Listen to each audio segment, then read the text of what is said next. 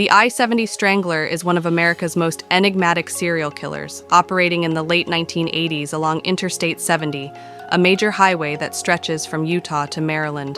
This case is a chilling reminder of the darkness that can lurk in the shadows of society, targeting vulnerable individuals and leaving a trail of fear and devastation in his wake.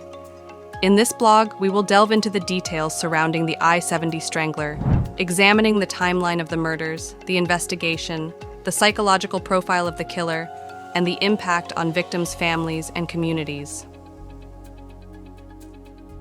The background: a timeline of terror.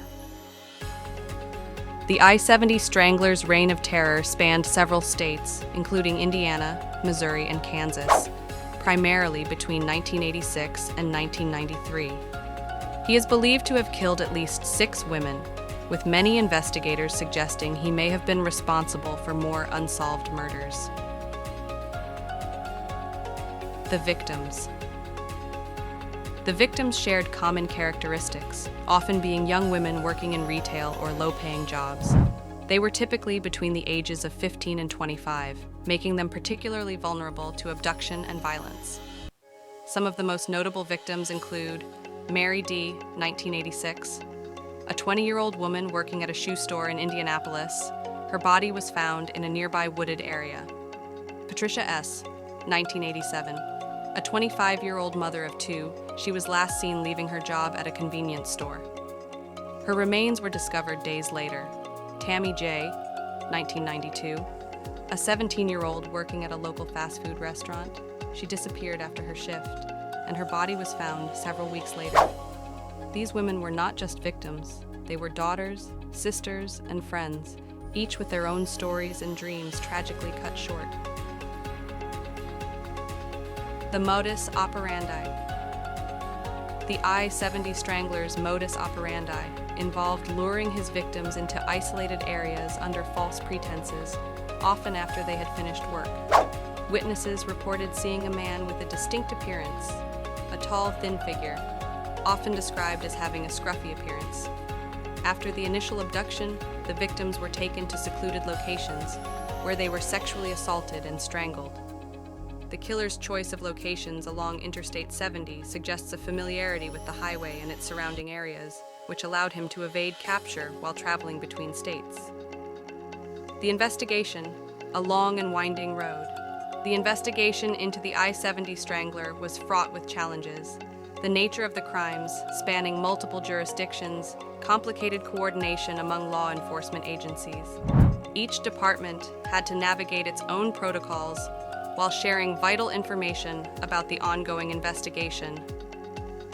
Early leads. Initially, police followed various leads, interviewing potential witnesses and examining forensic evidence. However, the lack of concrete leads made progress slow. The first major breakthrough came when a survivor came forward, providing a detailed description of her attacker. The survivor's testimony. In 1992, a young woman named Lisa managed to escape the clutches of the I-70 Strangler. Her bravery became a pivotal moment in the investigation. Lisa described her abductor in detail, noting his physical appearance, clothing, and vehicle. This information was shared across law enforcement agencies, leading to increased surveillance along Interstate 70. The composite sketch. Using Lisa's description, a composite sketch of the suspect was created. The sketch portrayed a man with distinct features, and law enforcement distributed it widely in hopes of identifying him. Public awareness campaigns were launched, urging individuals to come forward with any relevant information. Psychological profile: the mind of a serial killer. Understanding. The psychological profile of the I-70 Strangler provides insight into his motivations and behaviors. Like many serial killers, he exhibited certain traits and characteristics that can help in identifying similar individuals. Characteristics of the I-70 Strangler: manipulative behavior. The ability to charm and manipulate his victims into trusting him was crucial. Many victims may have felt a sense of familiarity or comfort before their abduction. Compulsive need for control. Serial killers often seek power and control over their victims. The act of strangulation is a particularly intimate method of murder, emphasizing dominance and control. Patterns of violence. The I-70 Strangler's pattern of targeting young women suggests a specific predilection for a certain demographic. Understanding this pattern could potentially aid in profiling and predicting future behavior. Lack of remorse. Many serial killers display a shocking lack of empathy for their victims. The brutality of the crime suggests a complete detachment from the suffering inflicted on others. Childhood and background. While not much is known about the I-70 Strangler's background, many serial killers have histories of childhood trauma, neglect, or abuse.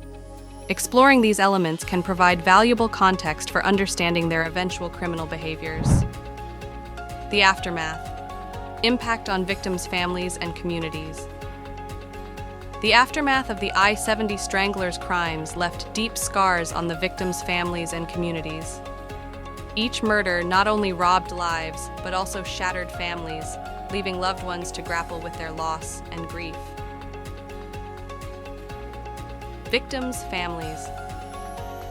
Families of the victims experienced overwhelming pain and suffering, often feeling abandoned by the justice system. The prolonged investigation and lack of closure contributed to their anguish. Many family members became advocates for victims' rights, pushing for better support systems and awareness surrounding the dangers faced by vulnerable populations. Community fear. The presence of a serial killer in their midst created an atmosphere of fear in the affected communities. Local residents became hyper-vigilant, leading to increased reports of suspicious behavior and heightened security measures. Women, in particular, felt targeted, adjusting their routines to ensure safety. Media coverage of the I-70 Strangler heightened public awareness, but it also raised ethical questions about the sensationalism often associated with crime reporting. While raising awareness is essential, it is equally important to approach such topics with sensitivity and respect for the victims and their families. The legacy of the I-70 Strangler. The I-70 Strangler case remains unsolved, a haunting reminder of the lives cut short and the families left to mourn. The killer's ability to evade capture for so long has led to various theories and speculations regarding his identity and motivations. Ongoing investigations. Although the original investigation stalled, advancements in forensic science, particularly DNA analysis, have renewed hope for solving cold cases. Some law enforcement agencies continue to revisit the I-70 Strangler case, examining evidence with modern techniques in hopes of identifying the killer. Raising awareness. The legacy of the I-70 Strangler extends beyond the crimes themselves. It has sparked important discussions about violence against women, victim advocacy, and the necessity for improved law enforcement collaboration. These conversations are crucial in preventing future tragedies. Conclusion: the need for vigilance. The I-70 Strangler case serves as a chilling reminder of the potential for violence that can exist within our communities.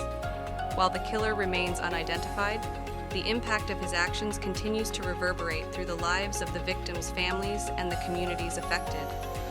Understanding the complexities of such cases can help inform public safety measures and support for vulnerable populations.